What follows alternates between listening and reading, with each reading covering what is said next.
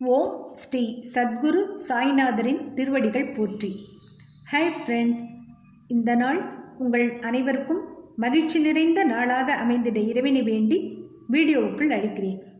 நாம் ஸ்ரீ சாயி சச்சரிதம் 24வது அத்தியாயம் சென்ற வீடியோவில் உண்பதற்கு முன் நாம் குருவை நினைக்காமலும் பிறருக்கு பகிர்ந்தளிக்காமலும் ஒருபோதும் உண்ணக்கூடாது என்பதை ஹேமந்த் பந்த் கோட் பாக்கெட்டில் இருந்த தானிய மணிகளை சுட்டிக்காட்டி ஹேமந்த் பந்தை வேடிக்கை செய்வது போல் நமக்கு தேவையான நீதியை பாபா எடுத்துரைத்ததையும், அடுத்து சுதாமரும் காட்டில் கிருஷ்ணருக்காக கொடுத்தனுப்பப்பட்ட கடலை பருப்பை கிருஷ்ணருக்கு கொடுக்காமல் சுயநலத்துடன் தானே உண்டதால் அவர் வாழ்க்கையை அஷ்டதரித்திரத்தில் கழிக்க நேர்ந்த சம்பவத்தையும், அண்ணா சிஞ்சனீக்கரும் மௌஷி பாயும் பாபாவுக்கு சேவை செய்யும் போது தன்னை முத்தமிட விழைகிறான் என்று மௌஷிபாய் வேடிக்கையாய் கூற, அதனால் ஏற்பட்ட வாக்குவாதம் முற்றிடும் முன் பாபா அதனை வேடிக்கையாக, தாய்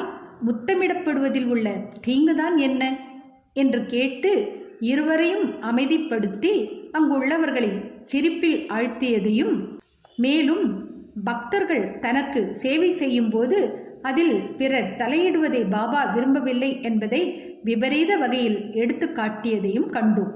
இந்த அத்தியாயத்தில் பஞ்சு வியாபாரம், தானிய வியாபாரம் செய்து பொருள் ஈட்ட எண்ணிய தாமு அண்ணாவை எப்படி நஷ்டப்படாமல் பாபா காப்பாற்றினார் என்பதைத்தான் தெரிந்து கொள்ளப் போகிறோம். வாங்க வீடியோவுக்குள் போகலாம். அத்தியாயம் 25. அகமத் நகர் தாமு அண்ணா. 1. வியாபார விவகாரம். 2. மாம்பழ லீலை. முன்னுரை. கருணை கடலும் ஈஸ்வர அவதாரமும் பரபிரம்மமும் மாபெரும் யோகீஸ்வரனும் ஆகிய சாய்பாபாவுக்கு நமது அஷ்ட அங்கங்களாலும் நமஸ்கரித்துவிட்டு நாம் இந்த அத்தியாயத்தை தொடங்குகிறோம். ஞானிகளின் முடிமணியாகவும் எல்லா புனித பொருட்களின் இருப்பிடமாகவும் நமது ஆத்மராமநேயனாகவும் பக்தர்களுக்கு ஒரு வல்லமை வாய்ந்த அடைக்கல பொருளாகவும் விளங்கும் சாய்பாபாவுக்கு ஜெயம் உண்டாகட்டும். வாழ்க்கையின் லட்சியம், குறிக்கோள் இவற்றை எய்திய அவர் முன் வீழ்ந்து வணங்குவோம். சாய்பாபா எப்போதுமே கருணை நிறைந்தவராக இருக்கிறார். அவர் பால் முழுமனதான பக்தியே நம்மை பொறுத்தவரை தேவைப்படுவதாகும். உறுதியான நம்பிக்கையும் பக்தியும் ஒரு பக்தன் பெறும்போது அவனது விருப்பங்கள் விரைவில் நிறைவேறுகின்றன.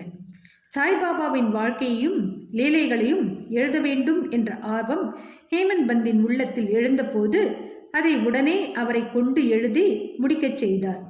குறிப்புகள், ஞாபகங்கள் இவைகளை வைத்துக்கொள்ள உத்தரவு கொடுக்கப்பட்ட போது ஹேமந்த் பந்த் உணர்வூட்ட பெற்றார். அவரது அறிவு வேலையை மேற்கொண்டு முடிப்பதற்கு வேண்டிய உறுதியையும் தைரியமும் பெற்றது. இப்பணியை மேற்கொள்ள தாம் தகுதியுடையவர் அல்ல என்றும், ஆனால் பாபாவின் அருளிறைந்த ஆசீர்வாதங்களே மேற்கொண்ட பணியை சம்பூர்ணம் செய்வதற்கு அவரை ஊக்குவித்தது என்றும் அவர் கூறுகிறார்.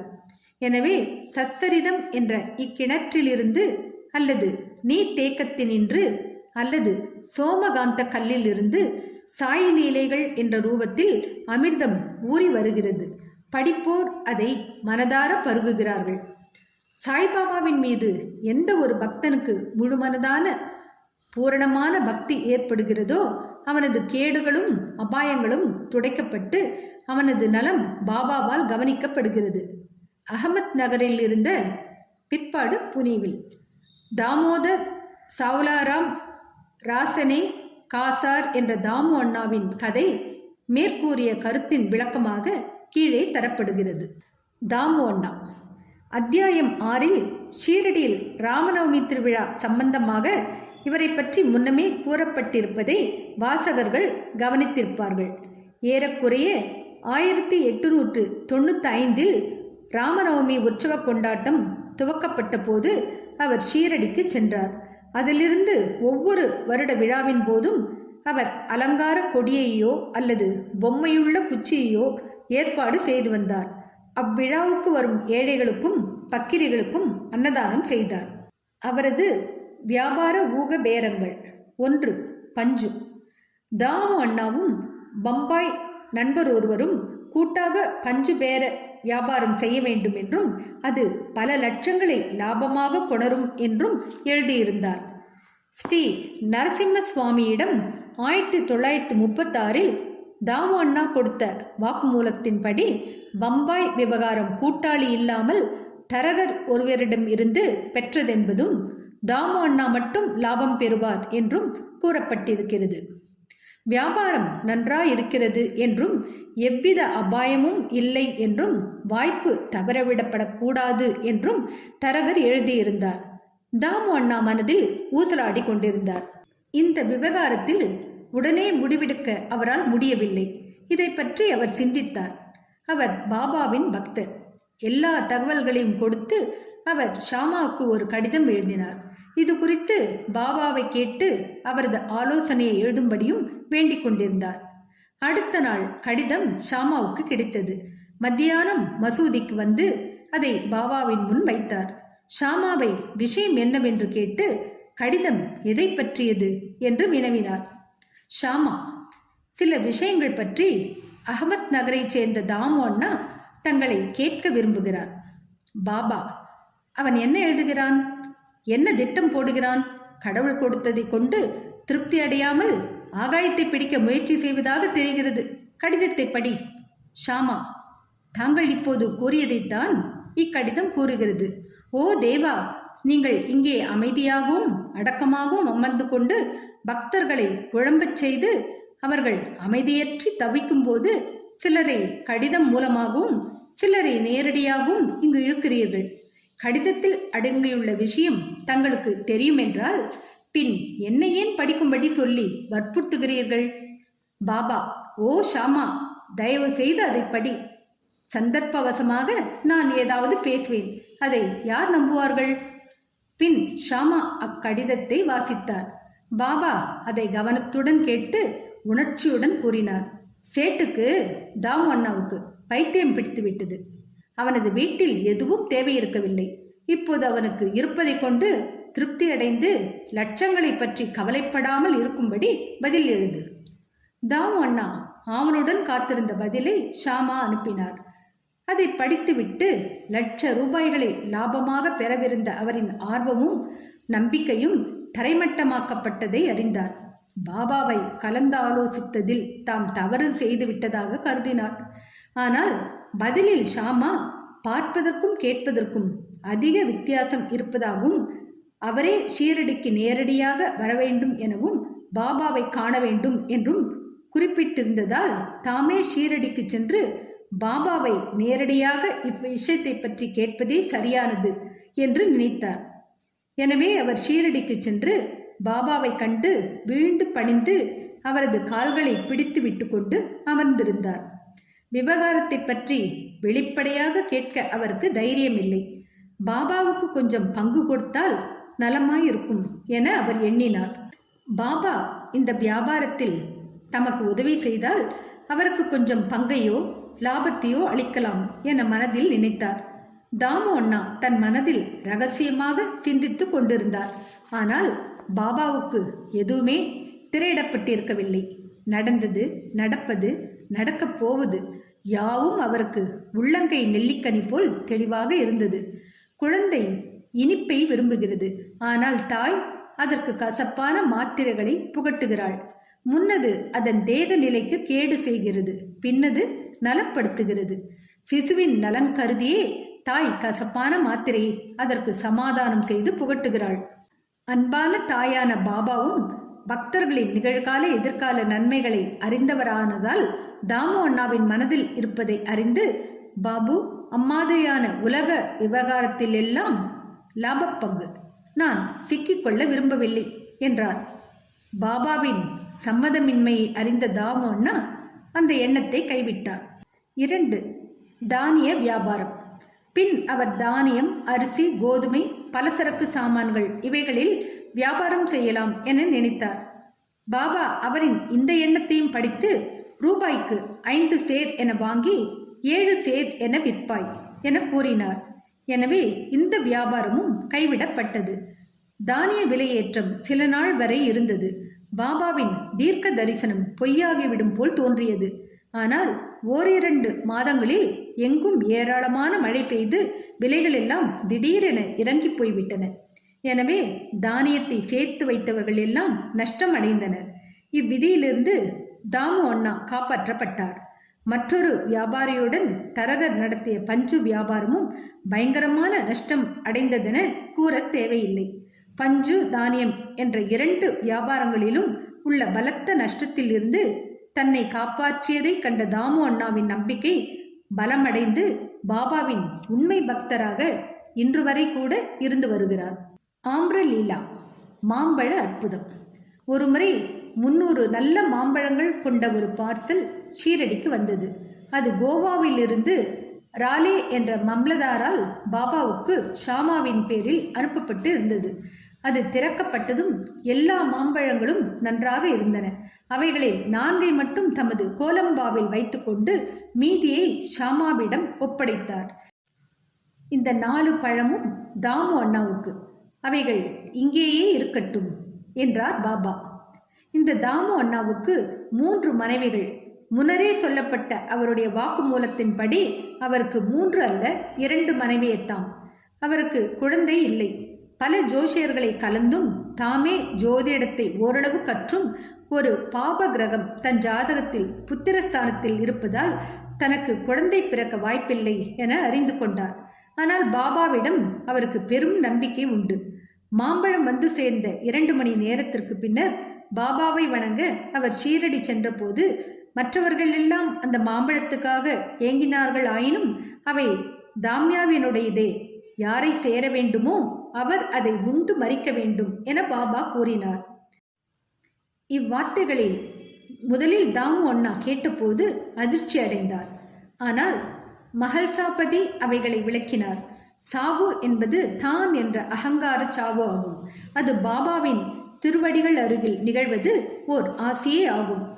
மனம் தெளிந்து தாம் பழத்தை வாங்கி சாப்பிடுவதாக தாமு கேட்டுக்கொண்டார். ஆனால் பாபா அவரிடம், நீயே தின்றுவிடாதே, உனது இளைய மனைவிக்கு இவைகளை கொடு.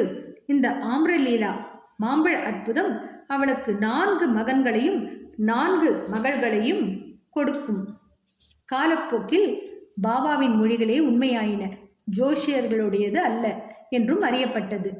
பாபாவின் கூற்றுக்களின் திறமும் பெருமையும் அவர் வாழ்நாளில்தான் நிரூபணமாயிற்றென்றால் ஆச்சரியத்திலும் ஆச்சரியம். அவர் சமாதி அடைந்த பின்னும் அது மாதிரியே நிகழ்ந்தன. நான் இறந்துவிட்ட போதிலும் என்னை நம்புங்கள். எனது சமாதியில் உள்ள எலும்புகள் உங்களுக்கு நம்பிக்கையையும் தைரியத்தையும் அளிக்கும். நான் மட்டுமல்ல, என்னிடம் முழு இதயத்தோடு சரண் அடைபவர்களுடன் எனது சமாதியும் பேசும், கூட செல்லும், தொடர்பு கொள்ளும். நான் உங்களிடத்து இல்லை என்பதாக கவலை கொள்ளாதீர்கள். எனது எலும்புகள் உங்களது நலத்தை குறித்து பேசி விவாதிப்பதை கேட்பீர்கள். ஆனால் என்னையே எப்போதும் நினைவு கூறுங்கள். உள்ளம், உயிர் இவற்றால் என்னை நம்புங்கள். அப்போதுதான் நீங்கள் மிகுந்த பலனை அடைவீர்கள் என்றார். பிரார்த்தனை. இவ்வத்தியாயத்தை ஹேமந்த் பந்த் ஒரு வேண்டுதலுடன் முடிக்கிறார். ஓ சாயி சத்குருவே, பக்தர்களின் கற்பகத் தருவே, நாங்கள் வேண்டுகிறோம். தங்கள் பாதாம்புயத்தை மறக்கவோ காணாமலோ இருக்கக்கூடாது. இச்சம்சார வாழ்க்கையில் பிறப்பு இறப்புகளால் நாங்கள் அல்லலுற்று கொண்டிருக்கிறோம். இச்சூழலில் இருந்து எங்களை இப்போது விடுவித்தருளும். எங்களது புலன்கள் ஆசைகளை தேடி ஓடுவதிலிருந்து தடுத்தருளி அந்தர்முக ஆத்ம தரிசனத்தை பெற திருப்பி விடுங்கள்.